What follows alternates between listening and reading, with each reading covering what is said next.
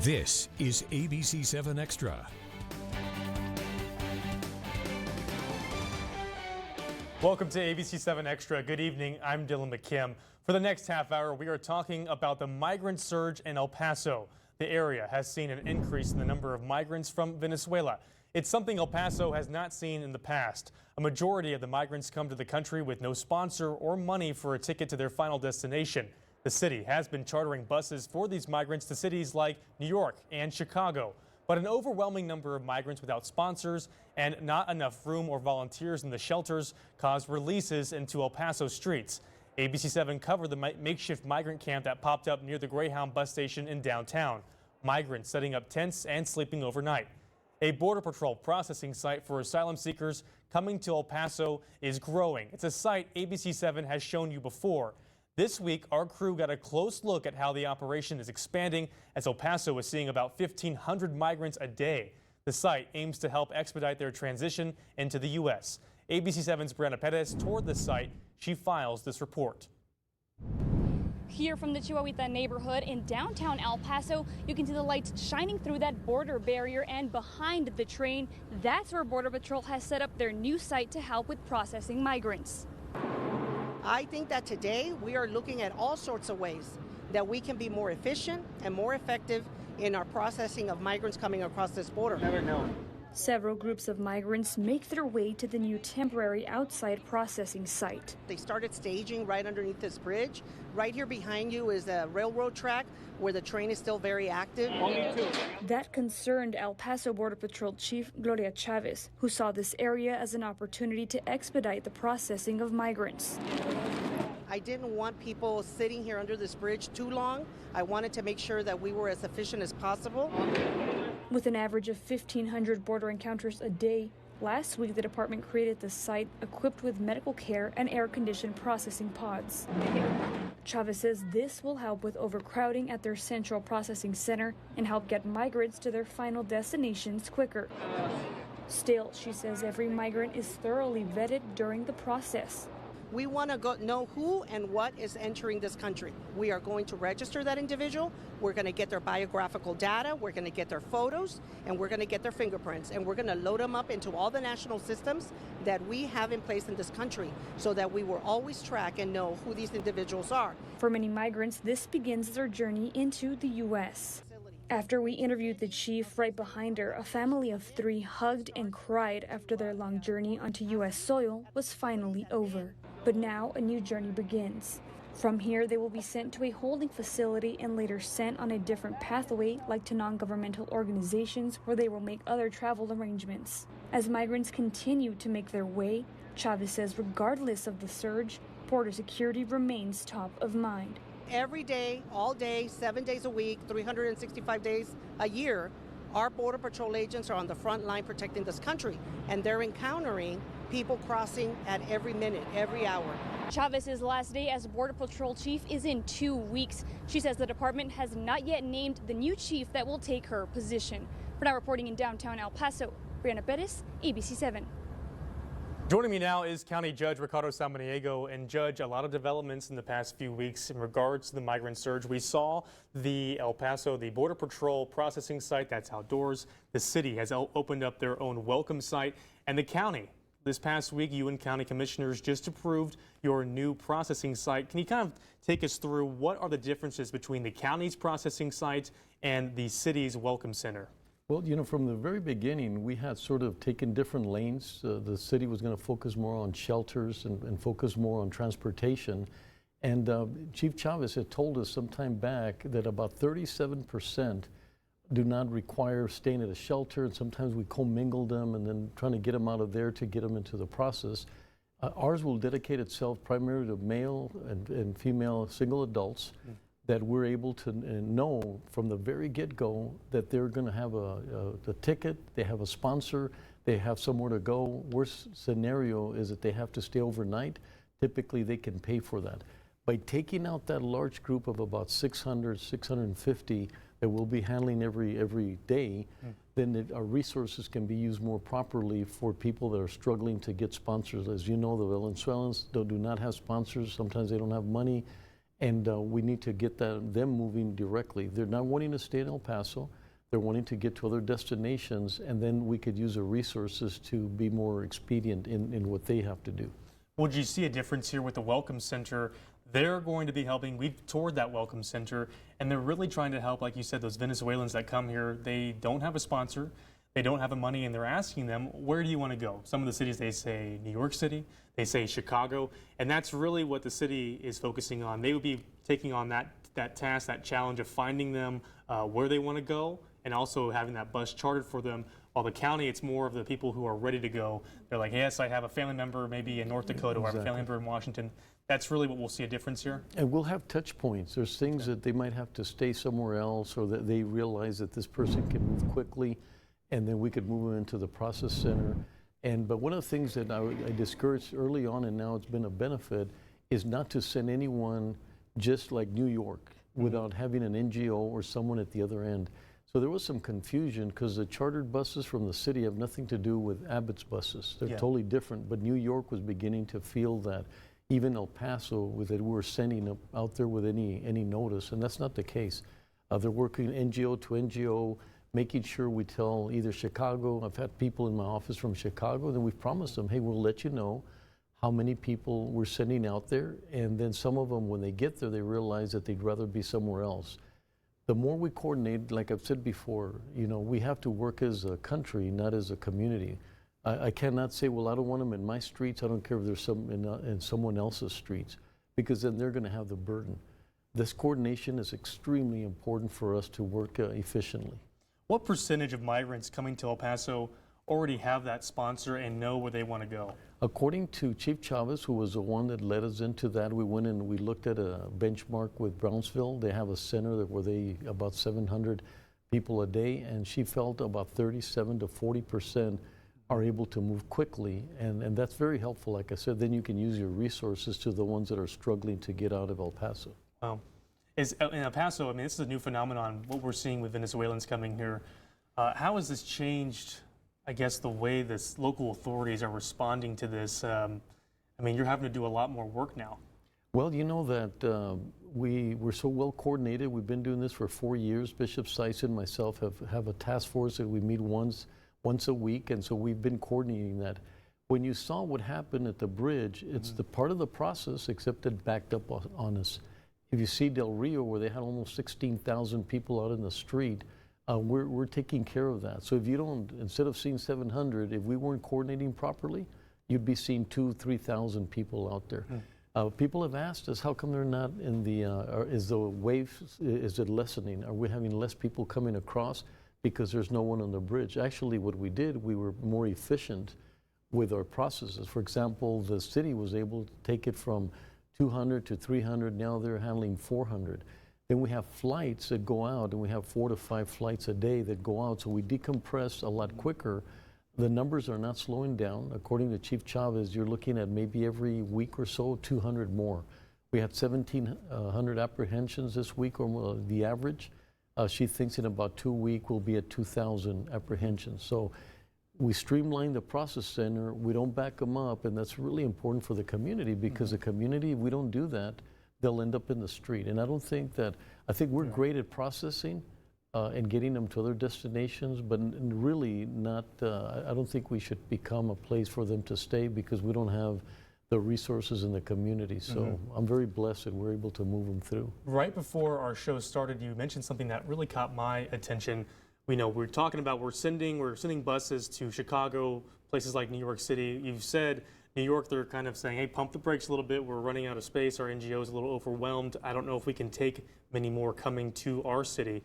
But you said that Red Cross told you other cities around the country are actually calling and saying, can we have some migrants come to our town, and maybe they'll become some valuable workers to them? Yeah, that was interesting, because we're sitting there and we're wondering, what are we going to do? We're getting a pushback from Chicago, a pushback from New York.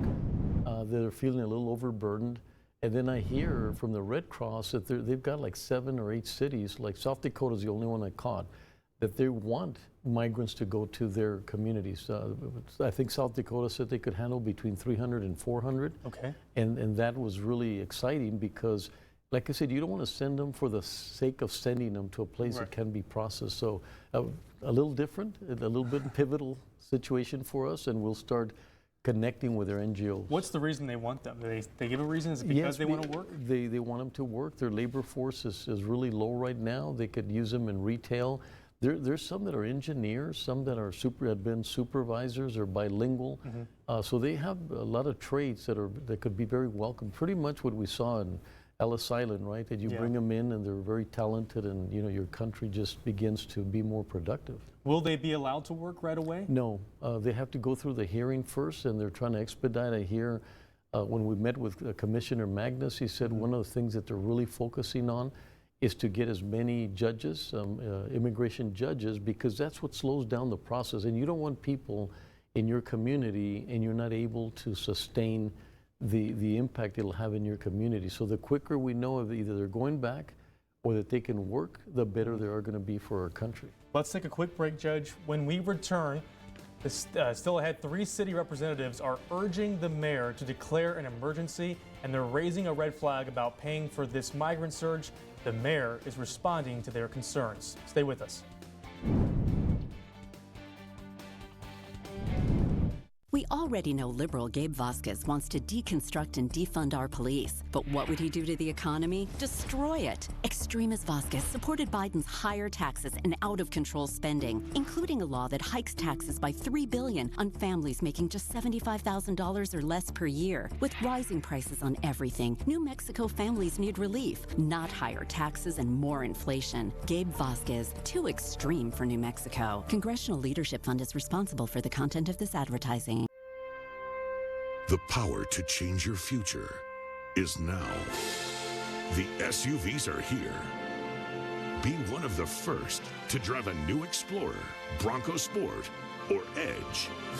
Custom order your Ford SUV today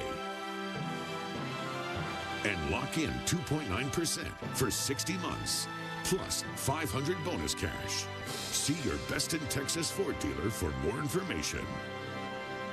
Our blessing, our dream, our miracle. I had no idea then that my miracle would decide to arrive 2 months early. Even back then, I knew it would be okay. I was at UMC, the highest rated maternal care hospital in El Paso. My life's most precious things need precious care.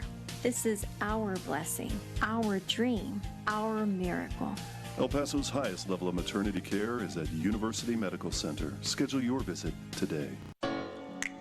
New Mexico deserves better than extremist politicians who take orders from party leaders instead of us.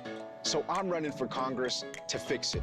I was raised by a single mother, built a small business, and served on the Las Cruces City Council. My name is Gabe Vasquez, and to protect a woman's right to choose, lower costs for families, and give New Mexico what it deserves, I'll stand up to any party leader. That's why I approve this message. Welcome back to ABC-7 Extra. On Wednesday, 3 El Paso City representatives wrote a letter to Mayor Oscar Leeser urging him to declare a disaster declaration amid the migrant influx. That letter was signed by Representatives Claudia Rodriguez, Isabel Salcido, and Sissy Lizarraga. The 3 are worried about funding. In the letter, they say the city has already spent more than $3 million of taxpayer money to address this issue, and the city is paying $300,000 per day without being reimbursed by the federal government. The letter says the federal reimbursements are coming too slow, and it's unfair to the community. They say the city is just now getting its January 2022 invoices paid nearly 9 months later. ABC-7 reached out to the mayor's chief of staff and invited him on the show to talk about the migrant influx, but we never received an answer. The mayor did, however, respond to that letter.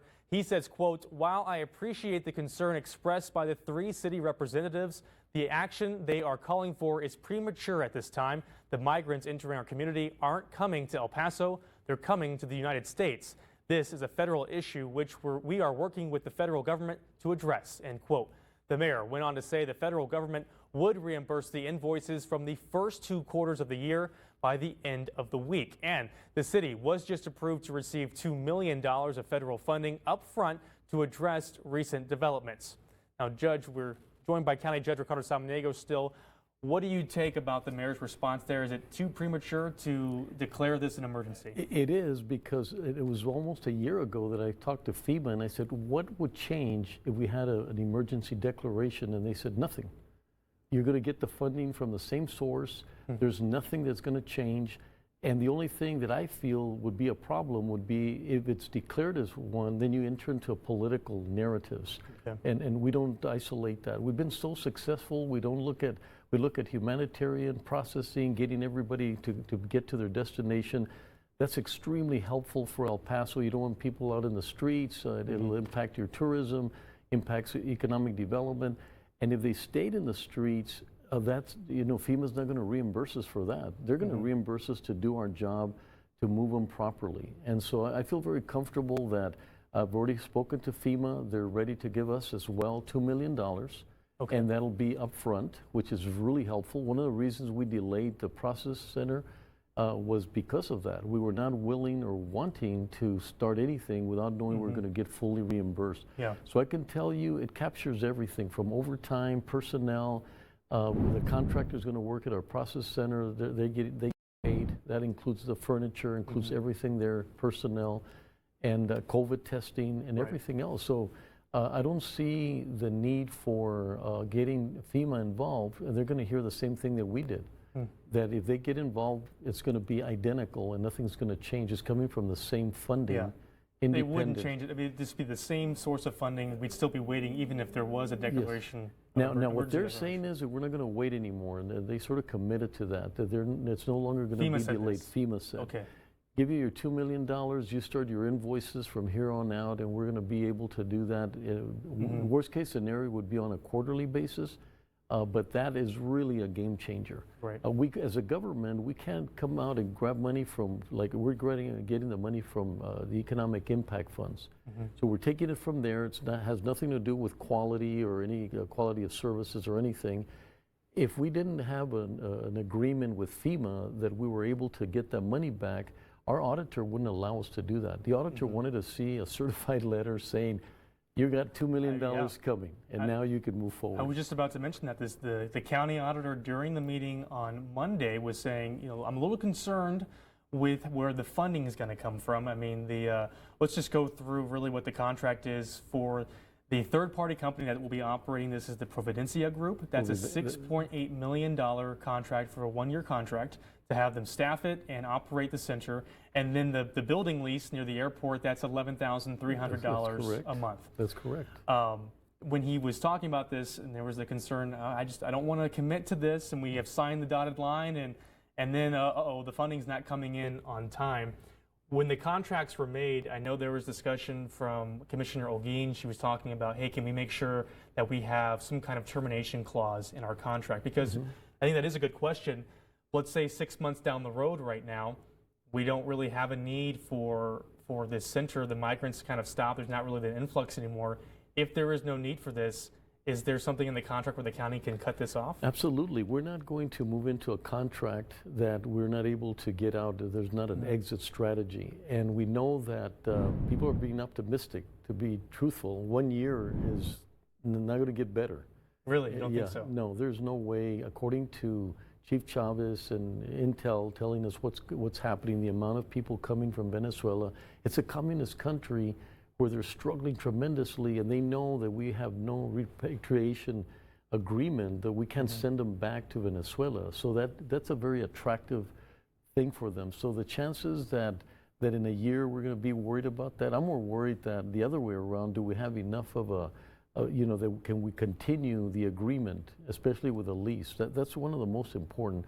The lease, I mean, we could always find a contractor and go somewhere else, but you know how difficult it's been to find that building. So we want to make sure that we're covered properly, but I think it's a little bit too optimistic to believe that we're going to have to be talking about, reducing the number of people, and that's on them. They're going to start with 200 a week, and they're going to ramp up all the way to 600 at the same cost because they need to understand the process. So I'm not concerned, and the auditor won't let us move in that direction if there's not that we agree on that contract, that we're able to have that level of flexibility. So there is a termination clause in there. in case of a We're lack working of on need? that now, and I just, we have to, I know the lease, for example, the lease, they're very open to that. I did speak to them directly. They're very open to that. We wanted to have that space to use for other things, and they said no, and that's okay. We were going to use that for sheltering because it's got a big lot on the side, because we still need the stopgap. You know, if tomorrow Gloria Chavez is not able to, Chief Chavez is not able to get the 5 flights out, how do we decompress? And then they'll end up back on the bridge. So anticipating, we've learned about anticipation. So I asked Chief Chavez, is it guaranteed that we could get 5 flights out every day or 4 flights? She can't, because where they're going has space for them. If they don't have space, then we can't decompress. So that's what makes it, a little difficult to believe that we just need the process center. I still think we need, desperately, we need a place for like 2 days, 3 days to get them off the bridge. So what we're going to do, instead of having them on the bridge and in the street, we would put them in an area that we can have them and coordinate their ability to leave faster. Okay, well, let's take a quick break. We have a perfect segue to our next segment, though, but we'll take a quick break. Still ahead, is there an end in sight for this migrant surge? Stay with us. My crypto's down. No coiner. Trust. This'll move. Do their fragging seat. Rez, hit me. I got my ult. That's 472 horsepower and 395 pound-feet of torque. Well, what's up with this team sheet? Inverted fullback and a false 9? The limited slip diff lets you hammer the throttle. You don't get it till you go all in. Poggers. Stick it in the onion bag. The Lexus IS, all in on the sports sedan. We feel like life is for living, celebrating the wins, and enjoying the moments that matter. At Rise Federal Credit Union, we provide the advice and tools to help make your money work for you. That way, you can focus on what could be, no matter where you start from or where you want to go. Ready to dream big? We're here to help you get there. Together, we rise. Know someone with diabetes or recently diagnosed? You might have questions like, now what do I eat? Now what about my physical activity? Now what about my blood sugar? The new Diabetes Now What site helps you find the tools you need to manage your diabetes. We've got helpful videos, downloadable guides and recipes, links to local diabetes education classes, and more, all at your fingertips. You're not alone. Visit us today, an initiative of the Paso del Norte Health Foundation. Behind Mark Ronchetti's smooth smile and slick PR campaign, his plan will take away abortion rights in New Mexico. Ronchetti said he opposes abortion at all stages and was endorsed by extremists who want to criminalize abortion, even in cases of rape and incest. The real Ronchetti would take away a woman's right to control her own body. We can't trust Ronchetti as governor. Paid for by a stronger New Mexico. Welcome back to ABC-7 Extra. I'm still joined by County Judge Ricardo Samaniego. And Judge, we talked about it a little bit in the previous segment, but it's a question I think it's on everyone's mind. Is there an end in sight to the migrant surge we are seeing? Of course, El Paso, it's no stranger to having a migrant surge. We've seen it in the past, but it always seems that there was an end or a slowdown and we could catch our breath. Is there an end or a slowdown that we can see in the future? No, we're called Paso del Norte, so we've done that all our lives. I mean, the people come through here and the majority don't stay here, and that's going to be our trade, and that is create an industry of processing, do it the best possible way, do it humanitarian.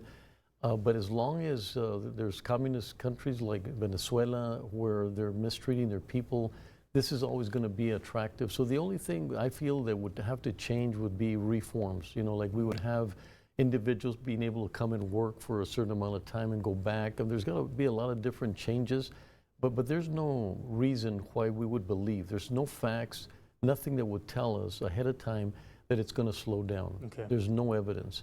And Venezuela is a big country, and a lot of people are coming through. Either they'll come through Del Rio. Del Rio has become very dangerous, the rivers and some of the challenges. There's more distance between them. So El Paso is going to be very attractive. And so I keep saying that there should be a sense of appreciation that if we process properly, We get all our money back, and we do that. There's job creation. Obviously, there's going to be hiring of a lot of people to do processing at a great, a better salary. And if we become that, form an industry here. It'll be an industry of processing because we do it right. The commissioner, Magnus, said, I hate that sometimes we punish El Paso because they do it so well, because he doesn't see that. He's never seen the collaboration, and I could quote him. He said, I have never seen the collaboration El Paso has. I've been all across the border, and you don't see this level of cooperation, the humanitarian, and then he goes, you go now to you hear that they're at the bus station. Next day you go, and we've moved them out, and we do the best we can. And I tell the community, when you see the people there, it's part of the process, but it backs up on us. But I always say, I'm telling everybody, you need to see the glass half full and not the glass half empty. If you see 1,000 people on the bridge, I can guarantee you that any other community would have 5,000 to 6,000 people. So we're minimizing the impact every opportunity that we have. Do you know how many Venezuelans have come to, let's say, I don't know if we can break it down to just the United States or El Paso? Well, we do know except like in our case, we're averaging, about 85%, and we're averaging about 1,700 apprehensions a day. And that's really started almost about a month ago. So I don't know the exact number.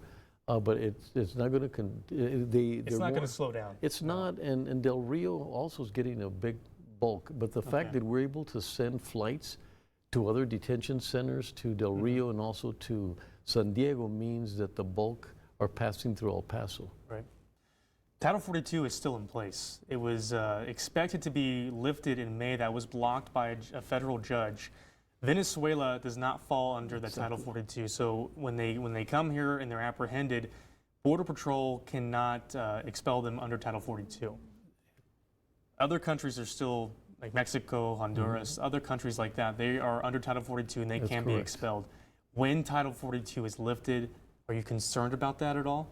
Well, they're hearing us. That's why we've had from our Ambassador Salazar to Mayorkas has been here, Secretary Mayorkas now, the Commissioner Magnus is here, because I think they have to take into consideration that if they were lifting Title 42 at the same time that we have the Venezuelan situation, that would be, like I say, we have a manageable crisis right now, and it would turn into a chaos. If Title 42 is lifted. If Title 42 is lifted. So they kind of see the writing on the wall and they're saying, we can't lift Title 42? They'd have to, because they know that we're managing, they're very complimentary, but they know this is not sustainable. There's no way. People get tired. We don't hire as many people. We don't have volunteers anymore like we used to have, because they feel they're more vulnerable to be in these sites. And so the perfect storm would be, to me, if you look at all the elements, a perfect storm would be lifting Title 42, and then it would be a chaos. And so I'm hoping that our government realizes, this is a federal issue on the shoulders of a local government. My goodness, that's really difficult. So we're holding on. Some agencies think sometimes because we manage it properly that they don't have to be here, like the Red Cross, right? The Red Cross was thinking, hey, you guys are doing a great job. And I said, no, you cannot tell us that. We're sustaining it. We need the resources. If you want us to continue to do this, we need the cots, we need the food, we need everything from you. And so I did everything yesterday to make sure that they didn't leave with an understanding that you got this, because it started like that. You got this, right? Going back to Washington. You're treading water. Yeah, we're treading water, and it tires. I mean, from 5 in the morning, we started getting the calls, the mayor and I, what's going to happen, how do you move things, and so, like I said, we're doing a great job, but we're at that edge that things could go in from a managed crisis to a real crisis to a chaos. Wow. County Judge, as always, thank you so much for providing the latest details on this migrant surge. I know everyone, of course, our viewers and the nation really is keeping an eye on it. I thank you so much for coming and talking to us. Thank you for having me here. It's always a pleasure to direct ourselves to the community. Sure. And thank you very much for joining us. I'm Dylan McKim, and this has been ABC-7 Extra. Thank you for watching. ABC-7 News is now available